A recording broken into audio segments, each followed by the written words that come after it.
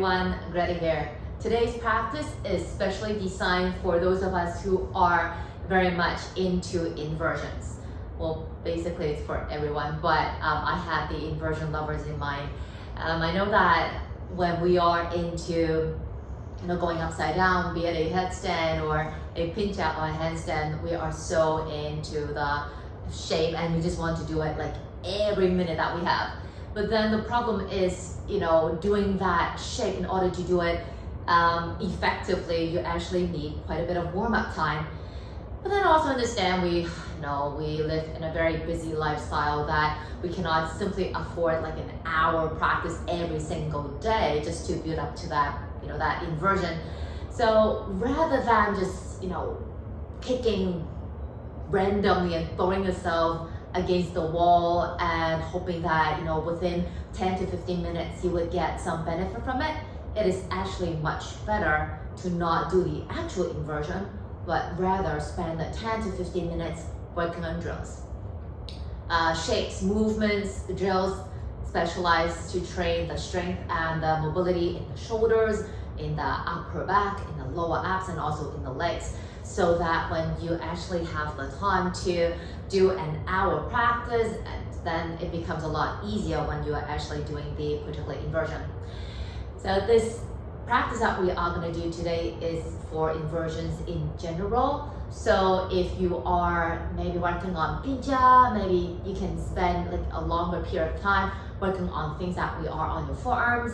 And if you are into handstand, then the things that we have on our hands, then maybe spend a few more moments on it. Of course, if you're doing the supported headstand, same thing, the forearms on the floor would be more beneficial too. So let's check it out.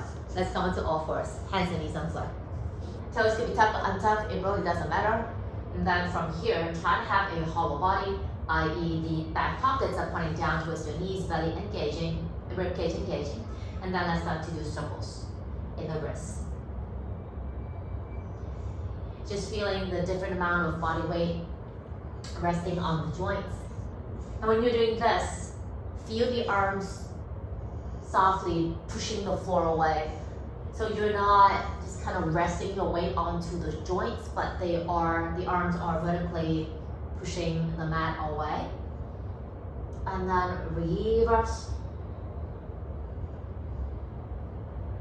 Keeping in mind the lower abdomen is engaging, so there's no collapse in the lower back, even though it feels really good to do that. Okay. And then let's pause. Working on some shoulder blade push-ups, keeping from the belly down, engaging, and still on the inhale, relax the chest and let the low upper back sink or dip. Then on the exhale, hollow the chest, spread the upper back. Inhale, relax the chest, upper back would sink. Exhale, hollow and press. Okay, do a few more of these. And just see, when you are doing this movement, do you feel a more stable base with your chest being hollowed, or if the chest are relaxing? Okay. 5, 4, 3, 2, 1. Now keep the holding of the chest, the spreading of the upper back. I'd like you to lift your knees up and come into a plank pose. Taking some time to locate your plank. You want to exaggerate the plank, so really spread the upper back. Feel the elbows want to hug in. Hollow the chest. Activate your legs.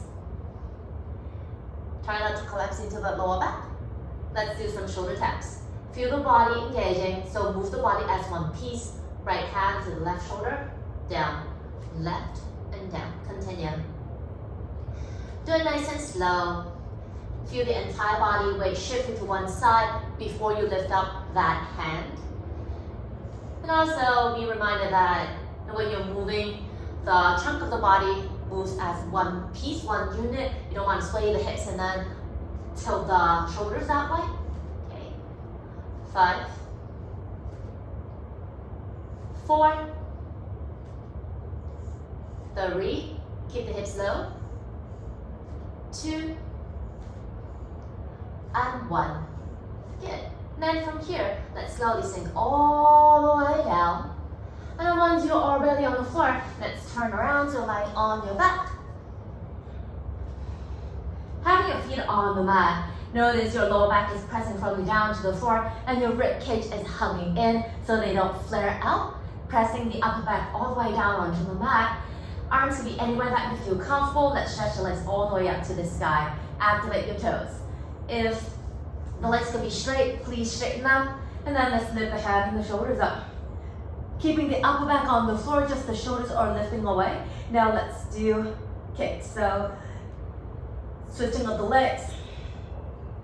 Breathing. Keeping the muscles in your legs active, your quads, your calves. Activate your toes. For me, it's pointing because that's how I do my toes when I come into inversion. So just see if, when you are doing your inversion, you tend to flight your toes or flex your feet, then do that instead. When you're moving the legs, keep the trunk of the body still. That's quite important.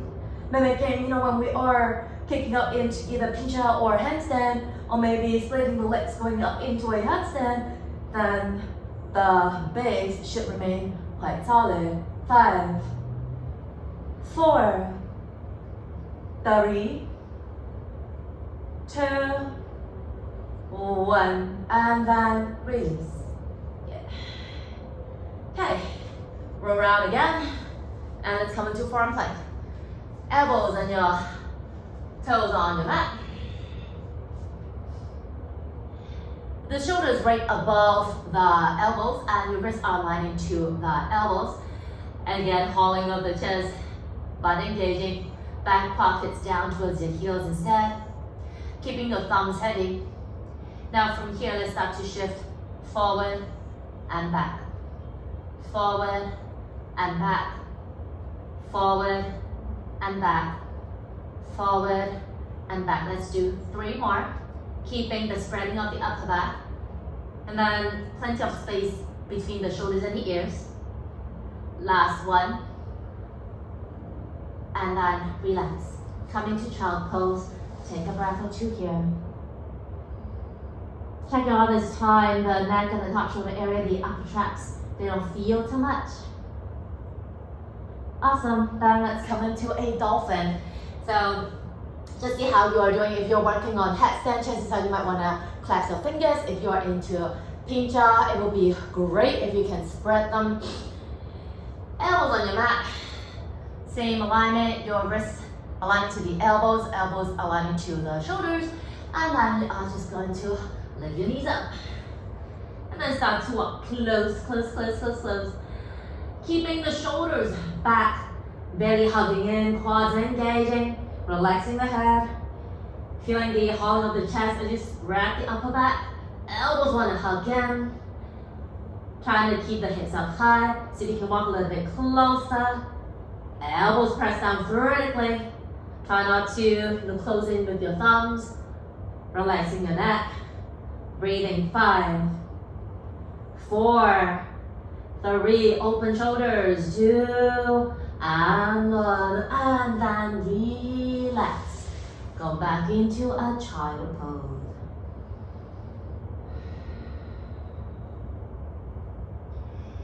From here, placing your fingers behind you. And then on the inhale, from the forehead, let's roll all the way to the crown of the head as you lift your hips up. And then on the exhale, let's come back down. And do a few more of these. If you feel do this as a continuous movement or just stay in as many inversion for a few breaths. 5, 4, 3, 2, 1, and then let's come back into a child pose.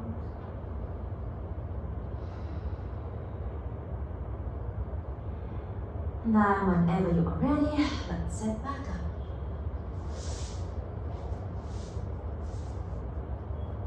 And that's it. Quick and simple. So don't underestimate the power of these very simple and direct warm-ups, they require quite a bit of mindfulness, and it's actually very good to start really gathering that mindfulness and consciousness when you are in shapes that are a lot more simpler, so that the mind doesn't have too much things to process. So when you are having the chance to go upside down in your favorite inversions, then everything would be more effortless and more natural. So I'll see you again soon.